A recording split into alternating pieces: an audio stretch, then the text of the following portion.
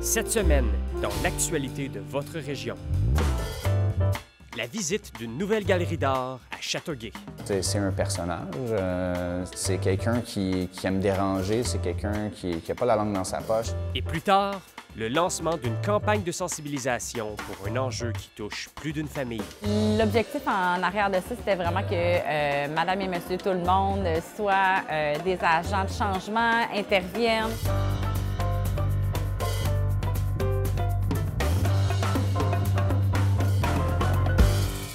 Bienvenue à Babillard.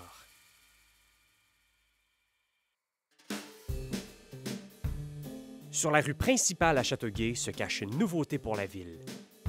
Une galerie d'art chapeautée par Emmanuel Hébert, antiquaire et propriétaire du manoir Black Swan. Passionné par l'art, Emmanuel cherche à offrir une porte d'entrée à une scène souvent inaccessible, ainsi qu'à un artiste unique en son genre. Mon parcours entrepreneurial a commencé à 18 ans, donc j'ai été propriétaire, j'ai parti un garage en fait de reconditionnement de peinture puis de reconditionnement d'intérieur de voiture. Puis ce qui m'a amené à 20 ans à acheter une bannière de protection de carrosserie qui s'appelle Crown, que j'ai roulé pendant 3 ans. Donc c'est une entreprise que j'ai rachetée qui avait besoin d'un peu d'amour, puis à 23 ans, je me suis rendu compte que c'était pas ça ma passion. J'aimais pas ça, j'étais vraiment bon dans ce que je faisais, mais au final, j'étais pas heureux. Je travaillais 8 jours sur 7, puis 25 heures sur 24 pratiquement, là, pour au final me dire que bon, j'aime pas ce que je fais, puis je suis quelqu'un de passionné. Puis si ce que je fais me passionne pas, mais au final, je vais m'éteindre à petit feu. Donc j'ai décidé de tout vendre à 23 ans, ce qui m'a amené à voyager. J'ai habité en Inde, j'ai habité en Thaïlande. Je voulais vraiment entre guillemets, me briser, là, dans le sens que je voulais me mettre dans une position où est-ce que j'allais me poser des bonnes questions. Ce qui est arrivé, dans le fond, à 25 ans, j'ai décidé de devenir antiquaire, ce qui est quand même assez peu commun, là, mais j'aime l'art, j'aime l'histoire, j'aime les antiquités, j'aime l'architecture. Puis pour moi, c'est un métier qui allait tout combiner ce que j'aime en même temps. Puis je me suis posé la bonne question au final. Qu'est-ce que je ferais à tous les matins? Qu'est-ce qui ferait en sorte qu'à tous les matins que je me lève, j'avais pas l'impression de travailler puis que je m'amuse dans ce que je fais? Ça ne veut pas dire qu'il n'y a pas de défis, ça ne veut pas dire qu'il n'y a pas de complications au fil de ton parcours, mais vu que tu aimes ça et tu es passionné, tu strives tout le temps à te dépasser. Quand tu vises à te dépasser, ça fait en sorte que, tu te passionnes pour d'autres choses, tu te découvres en tant qu'être humain, puis au final, c'est là que, le monde de l'art est arrivé dans ma vie. Donc, j'ai commencé à être très curieux, à visiter des galeries d'art, à m'éduquer visuellement, puis savoir de quoi je parle aussi.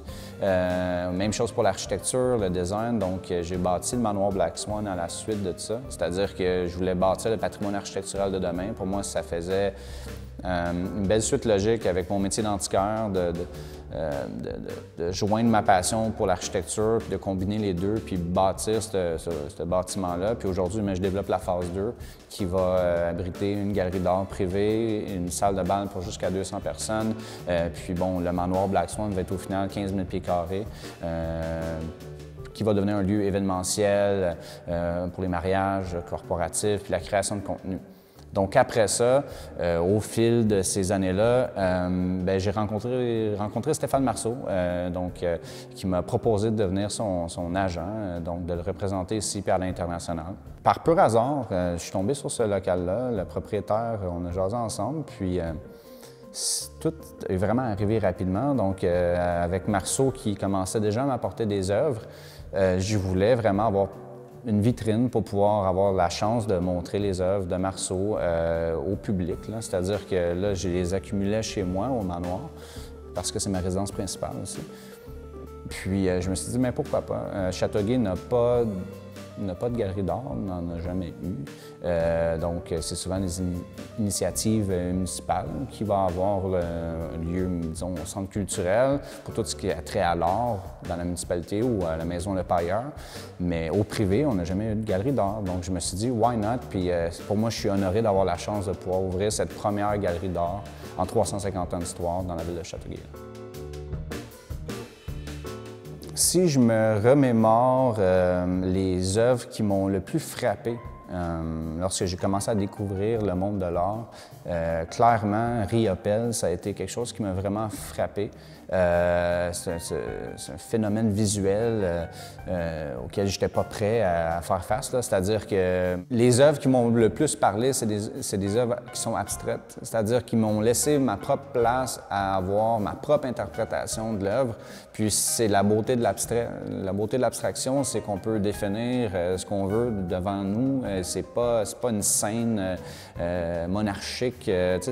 On ne peut pas définir nécessairement c'est quoi, mais ça peut nous faire vivre des émotions fortes, puis c'est ce que les œuvres de Riopelle m'ont fait vivre. Donc c'est sûr que quand je suis tombé sur les œuvres de Marceau, par pur hasard, mais ça m'a vraiment frappé.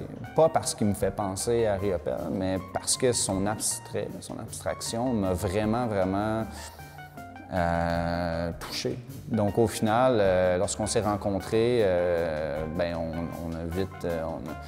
on a vite fait une connexion, puis c'est là qu'il m'a offert, en fait, le rôle d'être son agent. Puis c'est une opportunité pour moi en art de m'initier dans le domaine de l'art, puis c'est une chance incroyable que cet artiste-là m'offre. Donc je l'ai grab and here I am.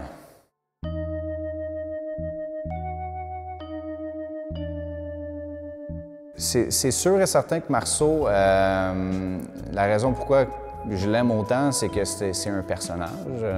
C'est-à-dire que c'est quelqu'un qui aime déranger, c'est quelqu'un qui n'a pas la langue dans sa poche, c'est quelqu'un qui est capable de faire déplacer des foules parce qu'il y a cette énergie-là, il y a cette aura-là. Puis je trouve ça très important quand tu es un artiste, d'être vrai.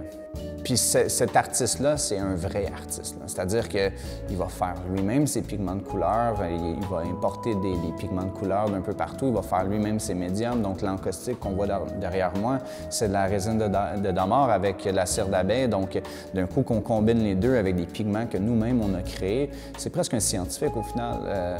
Donc pour moi, la pratique artistique, c'est pas d'aller chercher de la peinture chez Omer Dessert avec ton petit tablier de chez Omer Dessert. Puis moi, c'est pas comme ça que je vois l'art, puis je suis content que Marceau soit pas comme ça. C'est-à-dire que je m'aurais jamais nécessairement initié dans une relation comme ça avec un artiste en tant qu'agent si je croyais pas en son art.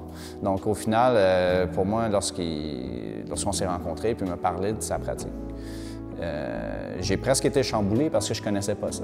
Puis l'éducation s'est faite beaucoup au travers de nos conversations. Puis j'en apprends tous les jours. Là. Au final, je suis pas un expert dans l'art du tout. Je suis quelqu'un qui apprécie grandement l'art puis qui l'apprécie de plus en plus parce que j'affûte mon œil, j'affûte mes connaissances, je m'éduque au final. Je pense que c'est la même chose dans le monde des antiquités puis c'est ce qui me hook. Tu vas toujours en apprendre. C'est infini, là, le bagage d'expérience que tu vas avoir. Puis au niveau de l'art, c'est évolutif aussi. Donc, il n'y a jamais de fin à l'art. On va toujours créer, puis j'espère qu'on va toujours créer du plus beau.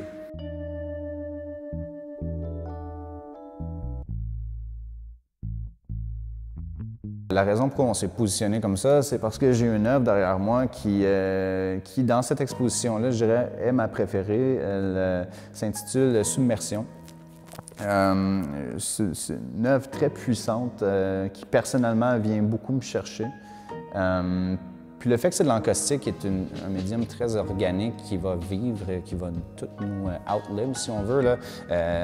C'est un peu intemporel comme médium. On utilisait ce médium-là dans le temps des pharaons. Là. Donc c'est pas un médium qui est de l'acrylique, la colle blanche mélangée avec des pigments chimiques. Là. C'est dur à définir l'art abstrait, c'est-à-dire que moi, ça me fait vraiment vivre beaucoup d'émotions. Ça me fait vivre quelque chose que j'ai de la difficulté à expliquer, mais en même temps, peut-être toi, ça va rien te faire vivre. C'est ça la beauté là-dedans. L'art, c'est que ça te parle ou ça te parle pas, ou une œuvre va te parler ou va pas te parler. C'est ça la beauté de l'art, absolument.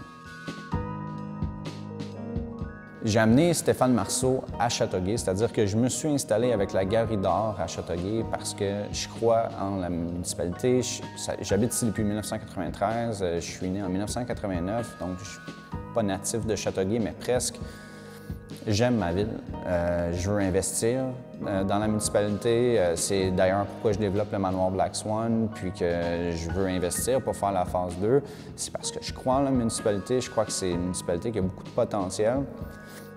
Puis qui est en plein développement encore. Malgré le fait que c'est une vieille municipalité, elle a encore beaucoup de potentiel. Puis je crois que les acteurs principaux en ce moment qui sont à la tête de la municipalité sont là pour faire avancer les choses en même temps. Donc pour moi, c'est un honneur de leur donner une galerie d'art, puis d'amener ce côté artistique, culturel-là dans la municipalité, chose qu'on n'avait pas avant vraiment. Donc est-ce que les Châteauguois sont des grands consommateurs d'art? Je pourrais pas dire. Malheureusement, j'ai pas cette information-là. Par contre, je peux te garantir que ça va amener des gens possiblement hors de Châteauguay pour voir du Marceau, ce qui va aider à la vitalité économique de la municipalité, à faire connaître la municipalité aussi. Pour ce qui est des Châteauguois, j'espère que je vais avoir des private viewing avec eux, là, donc des rendez-vous privés, puisqu'on est seulement ouvert sur rendez-vous pour l'instant. Donc j'espère d'avoir la chance d'en accueillir plusieurs pour leur montrer en fait mais la beauté des œuvres de Marceau, premièrement, mais aussi de leur montrer que on peut voyager avec l'art. On est à Châteauguay, puis ce que j'ai entendu le plus comme commentaire lors de l'inauguration, c'est on dirait que je ne suis pas à Châteauguay, dans le sens que on dirait que je suis ailleurs parce que les œuvres me font voyager, puis je ne suis pas habitué de vivre cette émotion-là, puis être dans un environnement comme ça à Châteauguay. Donc pour moi, c'est un beau compliment dans le sens, c'est comme si j'upliftais la municipalité, puis pour moi, c'est un beau compliment parce que j'ai investi beaucoup d'argent, mais beaucoup de temps aussi pour développer ces projets-là, donc autant pour la galerie d'art que pour le manoir. Donc le fait d'amener du Marceau ici, j'aurais très bien pu faire ça à Montréal, là. Mais je trouve que ça aurait perdu toute sa magie. Je suis à 2 pas de chez nous, je suis sur le bord de l'eau, à côté de la mairie, de la paroisse. Pour moi, c'est l'endroit parfait. On a 12 pieds de plafond, on est dans le plus vieux bâtiment historique de la municipalité. Pour moi, c'est ma façon de redonner à la municipalité. J'y crois. Marceau y croit également. T'sais. À quelque part, c'est ses œuvres qui sont ici. Je ne suis pas à New York, mais je trouve ça important d'avoir un pignon ici et d'amener les gens vers Châteauguay au lieu de faire le contraire.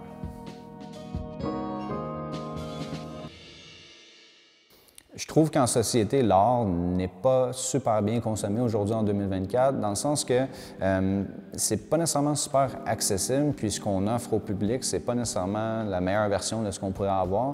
Je trouve qu'en société, l'art pourrait avoir plus de place. C'est-à-dire que dans les bureaux, dans les écoles, dans les lieux institutionnels, je trouve de faire briller nos artistes hors, disons, du monde des subventions, mais aller chercher des artistes qui font réagir, des artistes qui font parler. Ça serait une belle façon de faire connaître des artistes.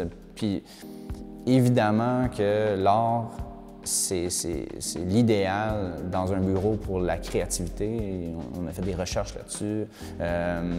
L'art, ça fait mousser notre créativité. C'est une émulsion artistique qu'on a autour de nous, puis ça nous amène inconsciemment à être plus créatifs. Donc pourquoi pas d'en avoir dans nos bureaux.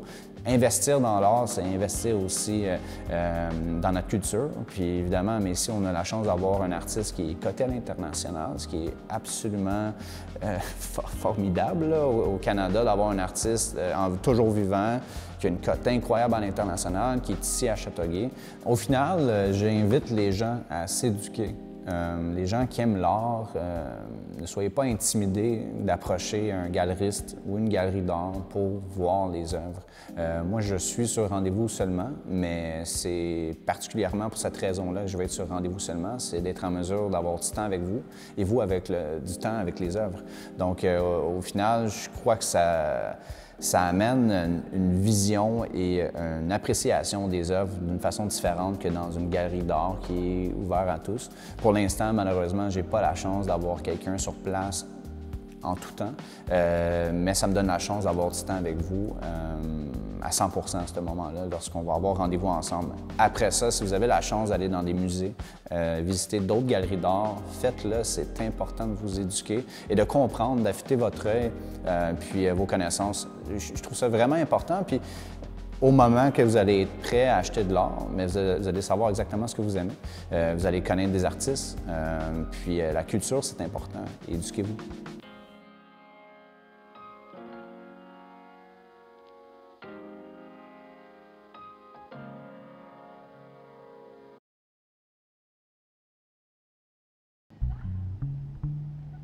Le 9 octobre dernier s'est réuni le réseau des partenaires contre la violence faite aux femmes pour faire la promotion d'un enjeu qui touche plus d'une famille.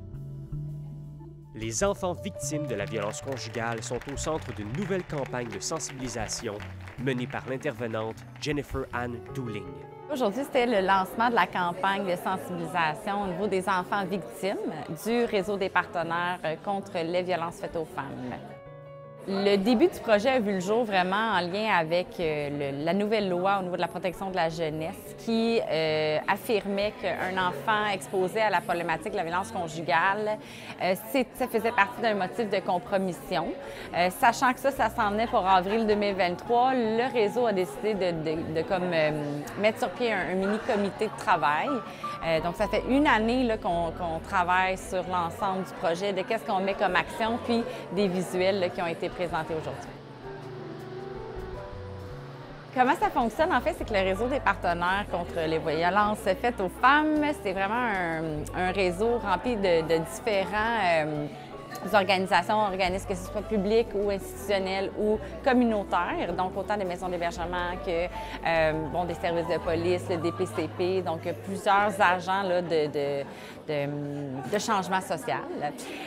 Puis, dans le fond, et aussi la protection de la jeunesse. Donc, ce qui arrivait, c'était qu'on voulait vraiment mettre de l'avant que les enfants, oui, on travaille tous de près ou de loin avec les violences faites aux femmes, mais on voulait travailler sur les enfants parce qu'ils ils sont aux premières loges de les problématiques, autant violence conjugale post-séparation et les conflits sévères de séparation. On voulait vraiment mettre l'accent là-dessus pour que un peu madame et monsieur tout le monde, que ça soit éducatrice en CPE, que ça soit au niveau là, le parent même qui soit auteur ou victime, soit dans le fond amené à utiliser les ressources qui existent pour de l'aide et par le fait même aider les enfants là, qui se retrouvent dans ces conflits-là. Nous, on amène quand même une expertise au niveau du domaine policier, étant donné qu'on a quand même affaire beaucoup dans la violence conjugale ou les conflits familiaux, soit juste des chicanes verbales. C'est sûr que les policiers ont à intervenir quand même assez régulièrement, malheureusement, encore dans ce type de situation-là. D'où les enfants aussi qui sont souvent présents. Même s'ils sont endormis, ça se passe plus tard la soir, parce qu'on s'entend que ça peut être 24 heures sur 24, ce genre d'événements-là familiaux. Donc, les enfants peuvent dormir, mais nous, les policiers sont quand même assez allumés pour dire bien, ils sont conscients malgré tout. On essaie d'instaurer ça aussi à notre service. Fait qu'on est quand même des agents multiplicateurs aussi dans notre service de police pour donner l'information que de toutes les modifications des lois, toutes les informations qui circulent sur le réseau des partenaires également. Donc, on essaie de diffuser l'information le plus possible à nos collègues qui sont en première ligne, les patrouilleurs sur la route. Aussitôt qu'un enfant est quand même impliqué dans des situations de violence conjugale ou aux trois thématiques, la violence conjugale, post-séparation, conflit sévère de séparation, comme j'expliquais aussi, même ça reste une chicane verbale où il y a un conflit entre les deux parents, il y a du dénigrement, il peut y avoir quand même des commentaires pas très agréables qu'un enfant peut entendre d'un ou l'autre des parents. Là, on ne va pas généraliser que c'est plus les hommes ou les femmes, mais les enfants sont quand même souvent conscients de tout ce qui se passe, même s'ils pensent qu'ils dorment. Bien, donc, la DPJ, on s'est rendu compte, bien, la DPJ se sont rendus compte qu'effectivement, il y a beaucoup de conséquences au niveau des enfants quand ils sont dans ce genre de situation-là, de ce contexte-là. Et ça se répercute aussi dans tous les milieux scolaires, autant le milieu scolaire qu'ils voient les conséquences des comportements qui changent aussi au niveau des enfants. Donc, c'est pour ça que la police, on essaye de dire, OK, on va sensibiliser aussi les patrouilleurs pour pouvoir les informer pour qu'ils soient allumés par rapport à ça. Donc, on essaie le plus possible de sensibiliser la population pour que les enfants soient les plus outillés, puis outiller aussi la population qui ne sont pas conscients, qui peuvent intervenir de différentes façons, soit directement avec les personnes impliquées ou indirectement, s'ils se réfèrent au site Internet. Bien, ils vont avoir des outils, ils vont avoir des organismes à ce qui se référer, pas nécessairement dire aller directement voir les personnes impliquées et dire ça n'a pas d'allure, qu'est-ce que tu fais. Mais au moins, c'est outiller vraiment la population pour dire OK, la situation n'est pas normale, l'enfant est présent, il ne devrait pas avoir conscience de tout ce qui se passe au niveau familial. Donc, on va essayer d'aller l'aider le plus possible dans tout ça pour qu'il ait une meilleure vie, développement également. Cette année, ça a été un débordement de féminicide, puis je pense que c'est important. On pense à ces enfants-là qui sont, dans le fond, orphelins, bien, pas orphelins parce qu'ils ont probablement un père, mais qui, dans le fond, ont perdu leur mère dans ce contexte-là. Je pense que c'est super important que ces enfants-là, on les oublie pas parce qu'ils ne sont pas, en fait, juste exposés, ils sont victimes au même titre que la maman ou bien la victime, en fait, de la problématique. C'est pour ça qu'on voulait que... parce que des fois, les comportements des enfants, ça peut être... ils sont un petit peu plus stressés ou si à l'école, ils s'endorment à l'école, bien, ça doit parce qu'ils n'ont pas dormi, c'est facile de juger, mais ce qui est important, c'est de vraiment se centrer sur est-ce que cet enfant-là, c'est un comportement qui était habituel? Est-ce que c'est... De ne pas avoir peur, finalement, de juste demander qu'est-ce qui se passe? Est-ce que ça va? Est-ce que je peux t'aider? Est-ce que je peux référer? Ou, tu sais, souvent, il y a des professionnels qui ont des liens avec les enfants, puis c'est eux aussi qu'on veut aller chercher pour faire cette différence-là, puis d'intervenir. Juste un petit changement mineur de comportement chez les enfants, que ça soit juste, disons, un petit isolement de plus, qu'habituellement, ils sortaient plus voir des amis ou qui étaient plus joyeux. Juste des fois, s'ils sourient un peu moins, l'enfant, il y a quelque chose qui se passe, c'est pas normal. Donc, c'est pour ça qu'on essaie de dire, OK, poser des questions à l'enfant. Tu sais, on ne peut pas avoir peur de dire hey, je te sens un petit peu plus émotif ou moins souriant dans les derniers jours. Est-ce qu'il se passe quelque chose? Comment ça va à l'école, à la maison? Est-ce que... Fait que peut-être qu'en posant des questions, justement, ils vont dire ouais, ça va pas bien à la maison, mes parents. Fait que là, hop, ça va allumer des petites lumières dans la tête des gens. Puis, pas nécessairement faire tout le temps des signalements, mais oui, mais au moins interpeller les parents si on les connaît ou les travailleurs sociaux dans les écoles, les travailleurs d'éducation spécialisée. On parle beaucoup des écoles parce que c'est eux qui passent quand même beaucoup de temps aussi avec les enfants. Donc, tu sais, on se fait interpeller aussi en tant que préventionniste, de dire « Hey, cet enfant-là, il commence peut-être un peu à voir, on peut-tu essayer d'y jaser? » Des fois, avec la police, c'est réconfortant aussi. Fait qu'on essaie d'être impliqués. Les écoles, quand même, nous interpellent souvent dans des situations. Donc, on essaie le plus possible de... C'est ça, le moindre petit changement de comportement, des fois, c'est-tu parce que l'école, ça va pas bien, à la maison, ça va pas bien? Fait que, il faut poser des questions à nos enfants. Puis habituellement, ils vont quand même bien verbaliser ou ils vont dire oui, effectivement, il se passe quelque chose. Peut-être que c'est une mauvaise journée, mais souvent, quand ça fait 2-3 jours qu'on voit que l'humeur est plus maussade, qu'il s'endort peut-être un petit peu plus en classe ou qu'il s'endort, qu'il change, qu'il recommence juste à uriner dans ses toilettes, de s'échapper, tu sais. S'il s'échappe, ça fait un changement de comportement. Fait qu'il y a quelque chose qui n'est pas normal, qu'il faut se questionner la population par rapport à ça. Il y a 3 problématiques, comme je disais, donc le contexte de violence conjugale, le contexte de violence conjugale post-séparation et aussi les conflits sévères de séparation. C'est vraiment des contextes de violence qu'on voulait définir puis asseoir bien comme il faut pour toutes les différentes étapes. Donc, vous allez voir les différents visuels qui vont circuler partout. Pour commencer, ça va être sur nos réseaux sociaux, donc de tous les membres du réseau des partenaires. On va inviter également là, les gens qui étaient présents aujourd'hui à partager ça, à vraiment là, amener que ce sujet-là, qu'on les oublie pas. On dit souvent, hein, ça prend une communauté pour élever les enfants, mais là, on en a l'exemple. C'est important qu'on agisse tout le monde en ce sens. On a par la suite, il va y avoir une grosse campagne, dans le fond, au niveau des abribus et panneaux-bus dans tout Châteauguay, tout le Roussillon, dès le mois de novembre, en lien avec les 2 jours d'action contre les violences faites aux femmes. Il va en avoir tout plein, donc c'est des visuels que vous allez voir un peu partout. Par la suite, on a également le site Internet du réseau des partenaires où on a ajouté l'onglet « Enfants victimes ».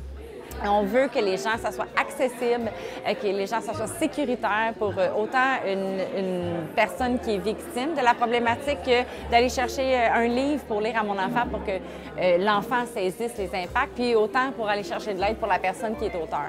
Donc, on voulait que ça soit quelque chose de accessible, sensible, et puis aussi confidentiel et sécuritaire. Tout le monde peut faire un appel au DPJ, tout le monde peut faire un signalement. Sinon, s'ils ne sont jamais sûrs, bien, c'est sûr qu'ils peuvent interpeller. S'ils voient, c'est les voisins qui entendent crier régulièrement au niveau de la maison à côté, ils peuvent interpeller la police. Puis les policiers vont se déplacer, ils vont aller voir qu'est-ce qui se passe, surtout si la chicane ou le verbal qui est plus fort qu'on entend présentement. Il n'y a aucune gêne de faire le 911. Puis de dire, regardez, ça parle fort, je sais qu'il y a des enfants, je m'inquiète un peu. Les policiers vont se déplacer, ils vont aller s'assurer que tout le monde est correct, puis ils vont faire le travail s'il faut, tout dépendant de la situation. Nous-mêmes, on va faire des signalements au DPJ quand même assez régulièrement par rapport à ça. Malheureusement, on est beaucoup trop souvent encore interpellés dans ce genre de situation-là. L'objectif en arrière de ça, c'était vraiment que madame et monsieur tout le monde soient des agents de changement, interviennent, que les parents, en fait, qu'ils soient auteurs ou victimes, puissent intervenir, aller chercher l'aide nécessaire là, pour eux et elles-mêmes, et aussi, par le fait même, aider les enfants qui s'y trouvent là, en plein centre de ces contextes de violence-là.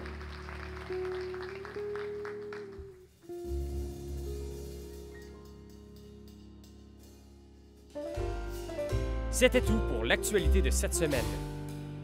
Rendez-vous sur notre site Internet pour réécouter toutes les émissions d'actualité que vous avez manquées. Ça a tout le temps été quelque chose que j'ai eu de la misère avec ça. Surtout dans mes études au primaire, on a découvert que c'était pas nécessairement un déficit d'attention, mais que c'était de l'anxiété qui causait mon comportement, qui pouvait des fois peut-être déranger mes camarades de classe, malgré que dès que je suis sur un projet, je continue puis que j'aime ça faire ça, tu sais, tout simplement.